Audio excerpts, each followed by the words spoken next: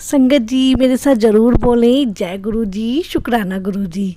संगत जी, वैसे तो हमारे गुरु जी हम पर बहुत ब्लेसिंग्स देते रहते हैं और सारी संगत को उनकी जो भी फिज़िकली प्रॉब्लम्स होती है उनसे उनको दूर करते रहते हैं। गुरु जी के लंगर प्रसाद में, गुरु जी के जल प्रसाद में और चाय प्रसाद में बहुत पावर है। आप देखें संगत जी कि गुरु जी के लंगर प्रसाद से बड़ी जो बीमारियां होती हैं वो भी बहुत जल्दी रिकवर हो जाती हैं और धीरे धीरे जो उनका कष्ट है, जो भी संगत का कष्ट होता है वो कटना शुरू हो जाता है। क्योंकि गुरुजी हमेशा कहते हैं कि 90% मैं आपके कष्ट काट देता हूँ, ओनली 10% आपको काटने होते हैं। तो संगत जी लेकिन जो 10% है वो भी हमारे गुरुजी इस तरीके से हमके कष्ट कटवाते हैं कि वो 10% भी आपका बहुत माइनर होता है, बहुत हैप्पीली आपका गुजर जाता है। ऐसा ही आज का बेस्ट सत्संग है हमारा नीतू आंटी का। नीतू आंटी का इतना अच्छा सत्संग है संगत जी के मतलब आप सुनेंगे तो आप कहेंगे सच में गुरुजी के लंगर प्रसाद में और गुरुजी के ऊपर बिलीव, ये दोनों चीज़ें आपकी बहुत ज़्यादा ज़रूरी हैं गुरुजी की ब्लेसिंग्स के लिए। क्योंकि संगत जी जो आज का सत्संग है हमारा नीतू आंटी का, उनको एक फिज़िकली ऐसी प्रॉब्लम है जो नॉर्मल, अगर मैं एक इंसान की बात करती हूँ, अगर हो जाती है वो तो इंसान बिल्कुल हिम्मत हार जाता है और बिल्कुल अपनी हिम्मत छोड़ देता है। बट नीतू आंटी ने, आप कह सकते हो कि बहुत ही धैर्य से काम लिया। नीतू आंटी ने गुरुजी के ऊपर विश्वास रखा, उनसे प्रेयर लगातार करते रहे, मंत्र जाप करते रहे, उनका लंगर प्रसाद लेते रहे और एंड ऑफ द डे गुरुजी की जो ब्लेसिंग्स हैं वो उनको मिली। संगत जी मैं आपको बता देती हूँ कि नीतू आंटी को एक ऐसी प्रॉब्लम है जो कि एक नॉर्मल इंसान को बहुत ही पेनफुल बना देती है। उनको एक वेरिकोज वेंस की प्रॉब्लम है। वेरिकोज वेंस में क्या होता है कि आपके पैरों में जो ब्लड जाता है, जब हम वॉक करते हैं तो जो ब्लड हमारा सर्कुलेट होता है, तो वो जो ब्लड होता है वो पैरों से हमारे नीचे मतलब आप कह सकते हो कि जो तलवों की साइड जब जाता है तो वो जो ब्लड है वो धीरे धीरे पानी बनने लगता है और पानी के बाद वो पस में कन्वर्ट हो जाता है। जब वो पस बन जाता है संगत जी तो इस प्रॉब्लम में जो भी पेशेंट है उसके पैरों में बहुत ज़्यादा घाव हो जाते हैं और वो जो है वो चलने फिरने की हालत में नहीं होता है। ऐसा ही कुछ हुआ नीतू आंटी के साथ। वो आप लगाएं कि 4 से 5 साल बेड पर रहीं। वो अपने डेली रूटीन के जो काम है वो भी प्रॉपरली नहीं कर सकती थी, इतना भी वॉक वो नहीं कर पा रही थी। बट उन्होंने गुरुजी के ऊपर अटूट विश्वास रखा और गुरुजी का लंगर प्रसाद वो लगातार लेती रहीं। उसमें उनके सपोर्ट किया उनके हस्बैंड ने बहुत, इस चीज़ का शुक्राना गुरुजी। और गुरुजी की कैसे उनको ब्लेसिंग्स मिली आइए हम सुनते हैं नीतू आंटी के थ्रू। और नीतू आंटी का सत्संग बहुत ही बेस्ट सत्संग है संगत जी, आप पूरा सत्संग सुनिएगा, आपको इस चीज़ का ज़रूर आंसर मिल जाएगा कि कोई भी अगर शरीर में हमारे कष्ट है, कोई भी, आपको सिर्फ गुरुजी के ऊपर विश्वास रखना है और कैसे वो गुरुजी आपका शरीर का जो कष्ट है वो काटते हैं।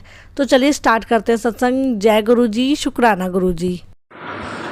जय गुरुजी संगत जी, जय गुरुजी, शुक्राना गुरुजी, अनंतम अनंतम शुक्राना गुरुजी, अनंतम अनंतम शुक्राना गुरुजी।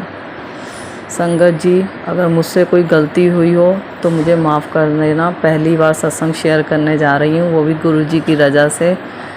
मुझे जुड़े हुए गुरुजी से 8 साल हो रहे हैं, मगर गुरुजी की रज़ा नहीं थी कि मैं अपना अभी तक सत्संग शेयर नहीं कर पाई। आज उनकी रज़ा से मैं बार बार मैसेज आने पर, गुरुजी के बार बार मुझे मैसेज आ रहे हैं फेसबुक में कि अपना सत्संग शेयर कर, अपना सत्संग शेयर कर। तो मेरी हिम्मत नहीं हो पाती थी कि सत्संग शेयर कैसे करते हैं। फेसबुक में देखती थी, यूट्यूब में पढ़ती थी, सुनती हूँ, रोज़ सत्संग सुनती हूँ, बहुत अच्छे लगते हैं सत्संग सुनना और आगे शेयर करना, मगर अपने सत्संग शेयर करने की हिम्मत नहीं हो रही थी। और रोज़ एक सत्संग ज़रूर होता है हम लोगों के साथ, आपके साथ भी होता होगा, मेरे साथ भी होता है। गुरुजी हमेशा अपनी ब्लेसिंग हम लोगों के साथ बनाए हुए हैं और मेरे साथ भी उनकी ब्लेसिंग हमेशा रहती है, उनका आशीर्वाद हमेशा रहता है। मेरे वेरिकोस की दिक्कत है पैरों में और मैं बहुत परेशान हूँ। 5 सालों से परेशान थी समझ लो, अब नहीं हूँ। मुझे डॉक्टरों ने ऑपरेशन के लिए बोल दिया था कि मेरी दोनों पैरों की सर्जरी होगी और अगर सर्जरी इतनी महंगी थी कि हो सकता है मैं कभी करवा ही ना पाती और ना पाऊँ। मैंने तो सब गुरुजी पे छोड़ दिया था और जो गुरुजी की रजा होगी वो अपने आप देखेंगे। यहाँ तक मेरे पैरों में इतना दर्द, इतनी पीड़ा, मैं रात रात भर जगती रहती थी। मुझे कुछ भी दर्द के मारे कुछ भी अच्छा नहीं लगता था और आज भी होता है मगर इतना नहीं है। गुरुजी की मर्ज़ी से सब कुछ सही है। और मैं डॉक्टरों के पास जाती रहती थी। मेरे ज़ख्म बहुत बुरी तरह हो जाते थे पैर में, जिसमें मैं रोती थी, बहुत रोती थी, बहुत जलन, बहुत दर्द। मैं खड़ी नहीं हो पाती थी। 5-5 महीने मैं बेड पे लेटी रहती थी। दर्द के कारण मैं खड़ी होकर कोई काम नहीं कर पाती थी, ना अपने बच्चों को रोटी देना, ना घर का कोई काम करना। 5 सालों में मुझे पता है मैंने कितना दर्द सहा है। हर साल मेरे गर्मियों में जख्म हो जाते हैं पैरों में, 5-5 महीने पट्टी बंधी रहती है। दर्द के मारे हालत ख़राब हो जाती थी। शुरू में जब मैंने हॉस्पिटल में दिखाया, आरएमएल से मेरा इलाज चला, बहुत से प्राइवेट डॉक्टरों को भी दिखाया मगर कहीं आराम नहीं मिलता था। आरएमएल में गई और वहाँ मुझे उन्होंने ऑपरेशन बोल दिया कि आप ऑपरेशन ही करवाना पड़ेगा, इसका कोई इलाज नहीं है वेरिकोस का। मैंने कहा गुरुजी ऑपरेशन तो मैं करवाऊंगी नहीं, और ऑपरेशन भी इसका बहुत गंदे तरीके से किया जाता है। उसके बाद भी कोई गारंटी नहीं है कि सर्जरी के बाद भी आप खड़े होकर सही से चल पाओगे, उसकी भी कोई गारंटी नहीं दे रहे थे डॉक्टर। फिर मेरे तो कुछ समझ में नहीं आया, मैंने सब गुरुजी पे छोड़ दिया। यहाँ तक मेरे पैरों में इतनी दिक्कत थी, मैंने मंदिर जाना नहीं छोड़ा। मेरे गुरुजी ने मुझे मंदिर बुलाना नहीं छोड़ा। वो हमेशा मेरे को अपने मंदिर बुलाते रहते थे, बड़े मंदिर।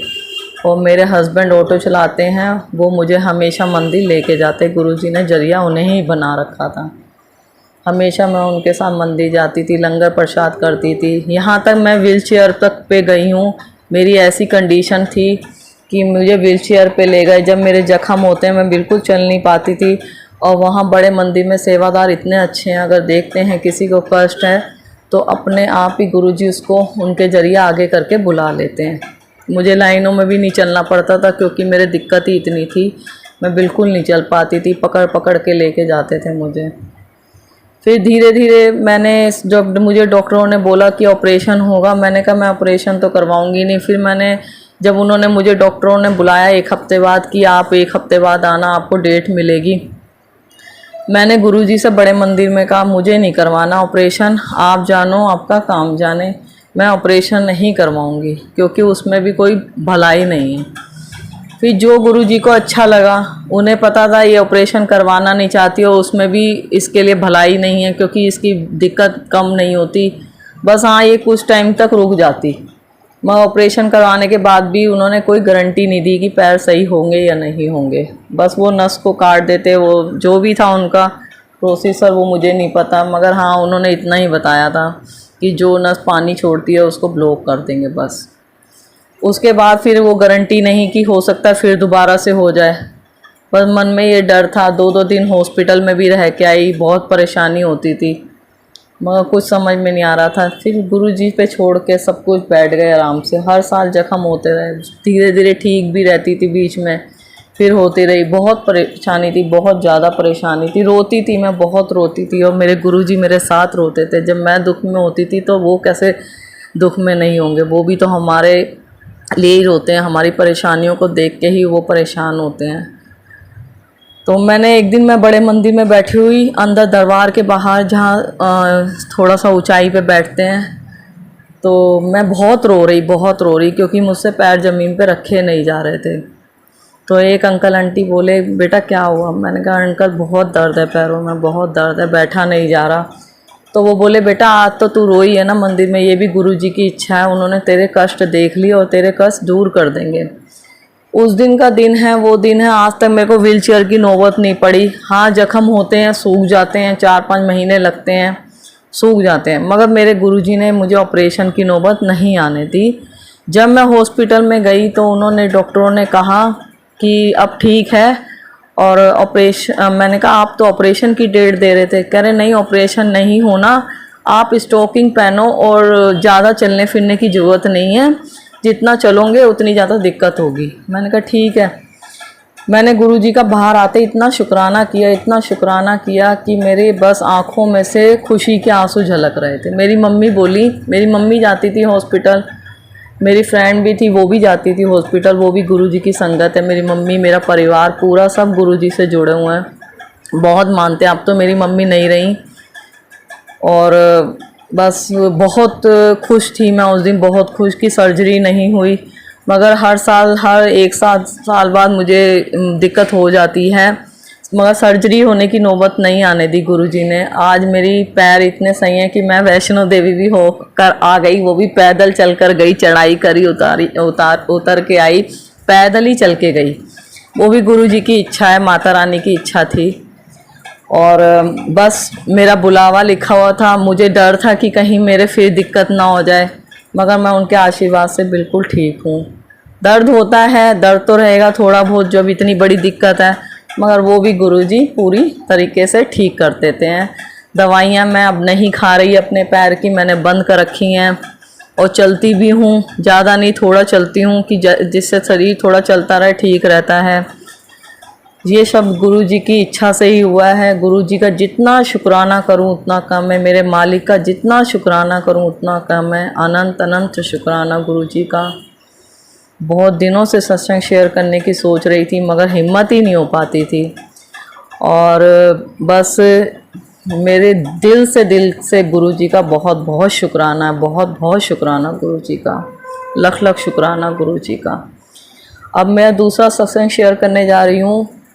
एक दिन हम बड़े मंदिर जा रहे थे, लंगर प्रसाद करा, मेरी फ्रेंड भी थी, 2 आंटियाँ थी हमारे साथ ऑटो में। मेरे अंकल गाड़ी चला रहे थे, मेरा छोटा बेटा आगे बैठ गया अपने पापा के पास, और आगे बैठ के वो हमने थोड़ी रस्सी का सपोर्ट दे दिया कि भाई ये बैठा रहे, और मुश्किल से 10 साल का होगा। और हम मंदिर से होकर आ रहे थे, रास्ते में एम्स के पास अचानक पता नहीं क्या हुआ, ऑटो में हम लोग सब बातें कर रहे थे, पीछे आंटी, हम तीनों, और मेरे बेटे ने क्या करा, वो रस्सी हिला रहा होगा, वो एकदम अचानक वो रस्सी टूट गई, मेरा बेटा बड़ी दूर जाके गिरा और हमें पता ही नहीं चला। हमने कहा गाड़ी में से पता नहीं कौन सी चीज़ उड़ती हुई गई है, हमें पता ही नहीं चला कि वो क्या चीज़ उड़ी। जब आगे देखा तो बेटा नहीं, और एकदम पता नहीं क्या कहूँ आपको, मेरे एकदम आंसू इतनी तेज, मैंने कहा गाड़ी रोको, गाड़ी रोको, अरे बेटा गया, बेटा गया। मेरे मुंह से यही निकला, जय गुरुजी, गुरुजी देखो बेटा गया, मैंने यही बोला। तो मेरे हस्बैंड एकदम ब्रेक मारेंगे तो पीछे गाड़ी रुकने में भी टाइम लगता है, वो बेटा मेरा इतनी दूर गिरा और हम लोग काफ़ी आगे आ गए। जैसे उन्होंने अचानक गाड़ी रोकी तो देखा, मैं एकदम आंटियों को करी हटो हटो मेरा बेटा गिरा। आंटी करी गाड़ी रुकने दो, अभी एकदम चलती हुई गाड़ी पे कैसे उतर जाऊंगे। मैंने कहा नहीं नहीं मेरा बेटा गया। मेरे उस समय मुझे कुछ नज़र नहीं आया, बस मैंने जय गुरुजी बोला और मुझे उसके अलावा कुछ नज़र नहीं आया। मेरे हाथ पैर ऐसे फूल गए, कांपने लग गए कि मुझे खुद नहीं पता चल रहा। मैंने कहा आज तो बस गुरुजी पे छोड़ रखा था सब। और जैसे ही गाड़ी रुकी पीछे देखा और मेरा बेटा ना कुदर चल के आ रहा अपने आप, और पीछे रेड लाइट, बहुत दूर तक रेड लाइट रुकी हुई, रेड लाइट हो रही थी, सब कन्वेंस रुकी हुई। जैसे मेरा बेटा चल के आया उसके बाद वो गाड़ियाँ चलनी शुरू हुई ग्रीन लाइट पे, और मुझे ऐसे लगा जैसे मेरे गुरुजी ने उसको साक्षात गोदी में लेके बैठे हुए हैं। मैंने इतना शुक्राना किया, मुझे गुरुजी ने मेरी आंखों के आगे ऐसी छवि दिखाई कि तू क्यों डरती है, तेरा बेटा तो मेरी गोदी में बैठा हुआ था, तो उसको कुछ नहीं होता, मेरे होते हुए उसको कुछ नहीं होता। मेरे आंखों के आगे ऐसी छवि आई, बस मैंने गुरुजी का उस समय बहुत शुक्राना किया। और मैं उसकी पूरी बॉडी पे देख रही, इतनी दूर कोई चलती गाड़ी पे गिरेगा, 60 की स्पीड से गाड़ी थी तो खरोचे तो आती, उसके एक खरोच एक चोट कुछ भी नहीं लगी। उसके हाथ पैर, मैं ऐसे हाथ पैर देख रही, सारे मुंह वूह सब बालों में हाथ फेरी, मैंने कहा कहीं लगी तो नहीं, कहीं लगी तो नहीं। मगर साक्षात जब गुरुजी बैठे हैं तो हमें क्या हो सकता, हमें तो कुछ भी नहीं हो सकता, उनके होते हुए तो हमें कुछ भी नहीं हो सकता। मैं जितना शुक्राना करें हम लोग उतना कम है। आपके साथ भी बहुत बहुत सब होता रहता होगा सत्संग, मेरे साथ तो इतने सत्संग हुए हैं, बस मैं सुनाने में आई तो बहुत टाइम लग जाएगा। इसलिए मैं आज अपना इतना ही सत्संग शेयर कर रही हूँ। मेरे मालिक ने चाहा, मेरे गुरुपा ने चाहा, मेरे सब कुछ वो ही हैं। मेरे माँ बाप तो है नहीं, मेरे माँ बाप सब कुछ मैंने उन्हीं को माना अपना, सब कुछ मैंने उन्हीं को माना अपना। मैं किसी से बात शेयर नहीं, बस सिर्फ उनसे करती हूँ। मेरा उनके अलावा कोई नहीं है। भाई बहन है, सब अपने अपने में हैं, खुश हैं, बढ़िया, अच्छी बात है, खुश हैं वो लोग और खुश रहें। मैं तो गुरुजी से यही कहती हूँ, अरदास करती हूँ कि गुरुजी अपने सब बच्चों पर अपना आशीर्वाद बनाए रखें, सबके परिवार खुश रहें, सबके बच्चे खुश रहें, गुरुजी का आशीर्वाद बना रहे मेरे ऊपर भी और आप सब लोगों के ऊपर। संगत जी, उनका आशीर्वाद हमेशा बना रहे। बस आज मैं इतना ही सत्संग शेयर कर रही हूँ अपना। अगर कोई गलती हुई हो तो माफ़ करना, भूल चूक माफ़ करना गुरुजी। और जितना शुक्राना करूँ मैं मालिक उतना कम है, मेरे गुरुपा जितना शुक्राना करूँ मेरे गुरुपा उतना कम है। दिल से लख लख शुक्राना, अनंत अनंत शुक्राना, बहुत बहुत शुक्राना आपका आज सत्संग शेयर करने के लिए, हिम्मत देने के लिए। और कोई भूल चूक हुई हो दोबारा से माफ़ी मांगती हूँ गुरुजी। और संगत जी, कोई गलती हुई हो तो माफ़ करना। जय गुरुजी, जय गुरुजी, जय गुरुजी।